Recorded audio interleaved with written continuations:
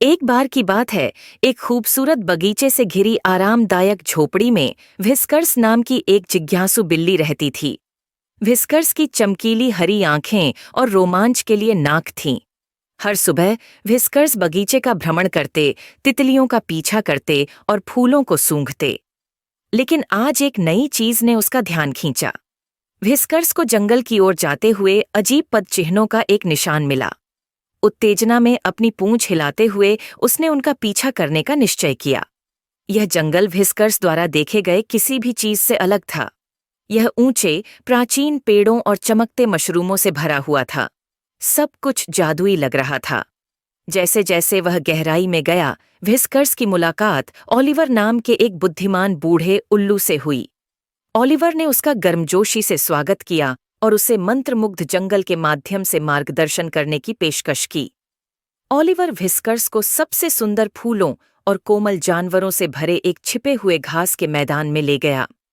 घास के मैदान के मध्य में एक चमचमाता तालाब था। जब व्हिस्कर्स ने तालाब में देखा तो उसका प्रतिबिंब मुस्कुराया और उसे आंख मारी। पानी जादू से तरंगित हुआ और व्हिस्कर्स को आश्चर्य का एहसास हुआ। तालाब से चमचमाती शल्कों वाली एक मिलनसार मछली बाहर निकली। मछली ने अपना परिचय फिन के रूप में दिया और व्हिस्कर्स को जंगल में छिपे खजाने के बारे में बताया। एक जादुई नक्शा फुसफुसाता है जो हल्की रोशनी से चमकता है।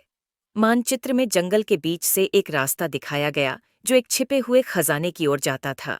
अपने पंजे में नक्शा लेकर व्हिस्कर्स अपनी यात्रा पर निकल पड़ा। आगे के साहसिक कार्य के बारे में उत्साहित महसूस करते हुए उसने जादुई जंगल के रास्ते का अनुसरण किया। रास्ते में व्हिस्कर्स को कई जादुई जीव मिले। परियों, बात करने वाले जानवरों और चमकते कीड़ों ने खुशी से उसका स्वागत किया और उसे शुभकामनाएं दीं। अंत में नक्शा व्हिस्कर्स को एक छिपी हुई गुफा के प्रवेश द्वार तक ले गया। गुफा आंशिक रूप से लताओं से ढकी हुई थी और भीतर से हल्की चमक रही थी। गुफा के अंदर व्हिस्कर्स को रत्नों से सजी एक खूबसूरत खजाने की पेटी मिली।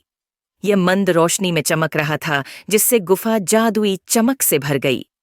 व्हिस्कर्स ने संदूक खोला तो उसमें प्राचीन पुस्तकों, जादुई कलाकृतियों और एक चमकते क्रिस्टल का संग्रह था। खजाना उसकी कल्पना से कहीं अधिक अद्भुत था। अपने मुंह में चमकते क्रिस्टल के साथ व्हिस्कर्स घर वापस चला गया। सूरज डूब रहा था और बगीचे पर सुनहरी रोशनी डाल रहा था। कॉटेज में वापस व्हिस्कर्स ने अपने दोस्तों को इकट्ठा किया और अपने साहसिक कार्य की कहानी साझा की। हर कोई उसकी बहादुरी और जिज्ञासा से आश्चर्यचकित होकर सुन रहा था। जैसे ही व्हिस्कर्स ने खिड़की से बाहर तारों से भरे रात के आकाश को देखा, उसे अपनी जिज्ञासा के लिए आभारी महसूस हुआ। इसने उसे एक अविश्वसनीय साहसिक कार्य पर ले जाया था जिसे वह कभी नहीं भूलेगा।